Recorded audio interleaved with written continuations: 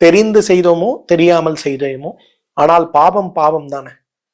அதனால் அந்த அந்தணனுடைய ஆவி பிரம்மஹத்தி தோஷமாக அவருடைய உடலை பீடித்துக் கொள்கிறது. பிரம்மஹத்தினா என்ன? மனதாலும் உடலாலும் சிந்தனையாலும் ஆரோக்கியமற்ற நிலையில் இருக்கக்கூடிய ஒரு நோய்க்கு தான் பிரம்மஹத்தின்னு பேரு. நீங்க பெரிய பணக்காரனா இருப்பீங்க, குழந்தைங்க நல்லா இருப்பாங்க, மனைவி நல்லா இருப்பாங்க, அம்மா அப்பா நல்லா இருப்பாங்க, உங்களுக்கு தேவையான 16 வகை செல்வமும் இருக்கும். ஆனாலும் உங்களுக்கு மனதில் நிம்மதியும் மகிழ்ச்சியும் இல்லைன்னா அதுக்கு பேர் தான் பிரம்மஹத்தி. எனக்கு நம்மள நிறைய பேர் அப்படிதானே இருக்கும். பிரம்மஹத்தி அப்படிங்கிறது மனநோய் அப்படின்னு சொல்லப்படுவதை பார்க்கிறோம். பிரம்மஹத்தி அப்படிங்கிறது தீராத நோய்களை கொடுக்கக்கூடிய மிகப்பெரிய பாவமாக நம்ம பார்க்கிறோம்.